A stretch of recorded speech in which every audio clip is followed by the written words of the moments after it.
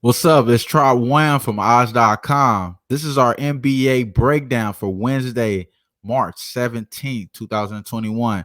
Click the link below. Click the link below. We got all the breakdown, all the juice for you. Make sure you guys be along with the fun. Again, click the link below for the full breakdown. Pretty big slate for Wednesday, WAM Talk Wednesday there. I'm going to start off with one of these pretty interesting games.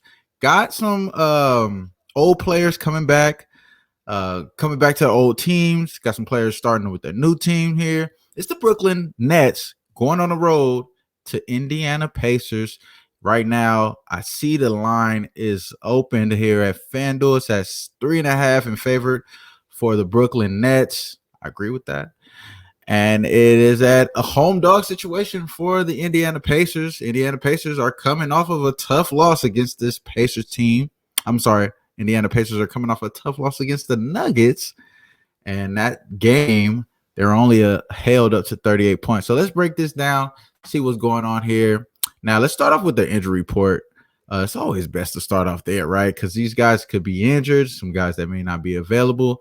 And I am seeing here that we may have a Blake Griffin sighting here for the Brooklyn Nets. I do show him as probable. Questionable to play, but I believe that's going to change into probable towards the time that you guys are starting to see this. He was a coach decision yesterday, and I'm filming this on March 16th. I'm sorry about that. I'm filming this on March 16th, but yesterday was the 15th. He was questionable there. He missed that game, and I believe that he will be able to play in this spot. Now, we aren't going to see Kevin Durant for the Brooklyn Nets probably no time soon. Spencer Dinwiddie is probably going to get traded before he gets back. For the Indiana Pacers, though, they do have Jeremy Lamb, who's kind of been getting a little bit back into shape this season, getting everything back acclimated. He's playing pretty well for this Indiana Pacers team. He is questionable. We're not seeing TJ Warren yet, and that's who we want to see come back because that bubble TJ Warren looked like Michael Jordan. You know what I'm saying? And that's kind of how we're going to look at this game as far as injuries. Nothing really too much seen there, but we do have Karis LeVert, who got back, had logged in 29 minutes in the last game, scored about right, about 17 points if I'm not mistaken. He's looking to come back against his former team and his Brooklyn Nets and show on the show. I'm pretty sure that's the case. He's already logged 29 minutes in the last spot against the Nuggets. I don't see him trying to slow down. He should be trying to ramp it up. And I actually think that once he gets everything ramped up, the Pacers may not be a fade spot, but I think they are a fade spot here. Once again, they only scored 38 points in the paint against this Nuggets team. Man, that's not good at all for that team. It made them turn into the mini Jazz because they couldn't get any attempts or any looks inside the paint. And that was kind of surprising because Denver is a pretty good opponent, holding opponents in the paint. They're ranked 9th. So Denver was kind of doing what their strengths are. But this team in the Pacers, they're ranked like number 2 or number 3 in points in the paint this year. That's kind of their bread and butter. So once you take that away, which happened last game, they turned it into the mini Jazz. Like I said, they shot 42 threes, making 17, which was the most they made all month.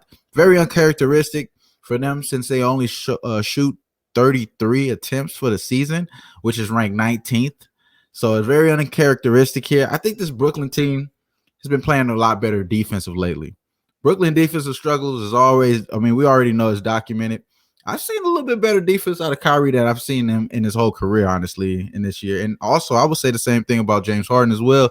He's playing pretty good defense. Now, they allowed the 5th most points in the league. So they allow 115 points. That's the 5th most. They also allow the 3rd most points in the paint in the season at 50.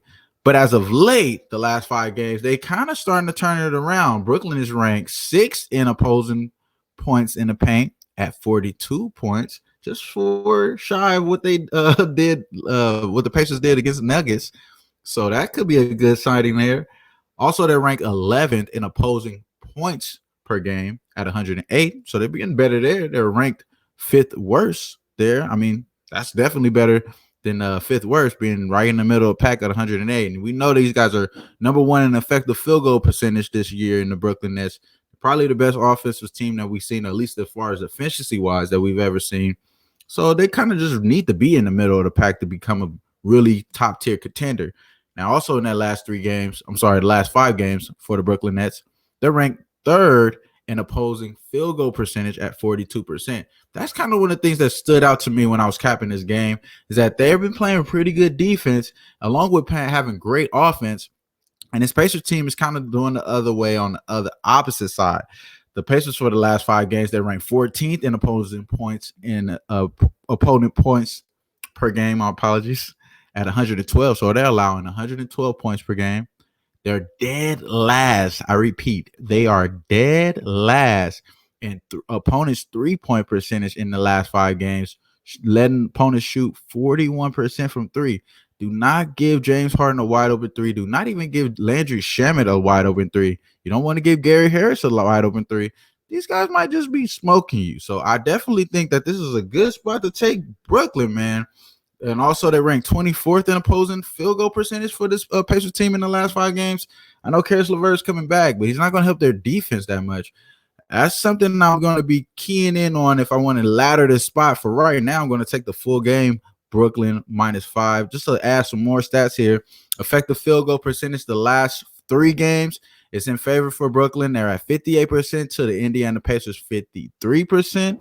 And as far as shooting percentage, they have a 5% difference in shooting percentage than this Indiana team. They're at 51% shooting percentage to the 46% that these guys have been logging there. I do want to attack the first half from the Nets as well. I'm going to actually lock that in if I could get that available at FanDuel here, and I'm going to check that right now. I actually should have did that before I hopped on, because I did want to know. I wanted to take this Nets first half. Nets in the last 10 games, they covered 8 of the last 10 games in the first half. Been a pretty good bet. They covered against the New York Knicks, who covered today in the first half. That, they've been crushing the first half, the Knicks, and they made sure they'd hold that down there. So I'm not getting a first half look as of yet. I'm getting. Oh, you know what? I'm sorry. I am getting the. Oh yeah, I'm locking this one in. It's the Brooklyn Nets -1.5. So pretty much, I'm going to take the Brooklyn Nets first half -1.5 against the Pacers. Also, the Pacers at home, they're only 9-9 in the first half. While I'm sorry, no, they're not 9-9. My apologies. The Pacers at the house, they're 7-12-1 in the first half. While this Nets team, once again, they're 8-2 in their last 10. So they've been playing really good in the first half compared to this Pacers team when they're on the road at the house. They're not really that good. And also, I just want to add on to what the Pacers have been doing at the house.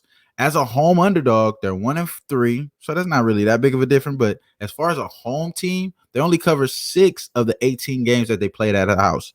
So that's 33% win percentage as far as covering the spread. They're only covering 33% of the time. You're going to take a third of your money to bet on it. No, I'm not going to do it. I'm going to take half. I'm going to definitely go full game spread, Brooklyn Nets. And I'm going to go first half Brooklyn -1.5. So full game -3.5, -110 at FanDuel. And I'm going to also take the first half Brooklyn Nets -1.5. I just think we're going to see a better offensive team, a better efficient team, and their defense is going to start to get picked up. I like Claxton for the Brooklyn Nets, and man, Blake Griffin cannot take it. The only thing that I'm very concerned with, and it shouldn't be really a concern because Steve Nash kind of showed some type of competence lately. I'm kind of concerned if they rush Blake Griffin out there, just like, yeah, you're Blake Griffin. Let's go out there and help the team win. Keep Claxton in the rotation, heavy rotation, ease Blake Griffin in. I think that's the way to go. And even though he hasn't played yet, so I think that's the way to go here. That's the way I'm going to handle this game. I'm going to take the Brooklyn Nets in the first half -1.5 at FanDuel. I do not expect that to be the same when we wake up in the morning. Once you guys get the check to watch this, but I believe that they're going to win by at least 4 to 5 points in the first half. And I would say that they're going to win by double digits in the full game. I had this line at 6 for the Brooklyn Nets. So the 3.5 is definitely a good look there. So I do like that 3.5 for the Brooklyn Nets. And next game here, I've taken 2 more games here. So it's 3-game breakdown here. That first game was kind of one of the ones I wanted to start off with first. It's kind of in chronological order. I think it's in numerical order for the game starting, whatever.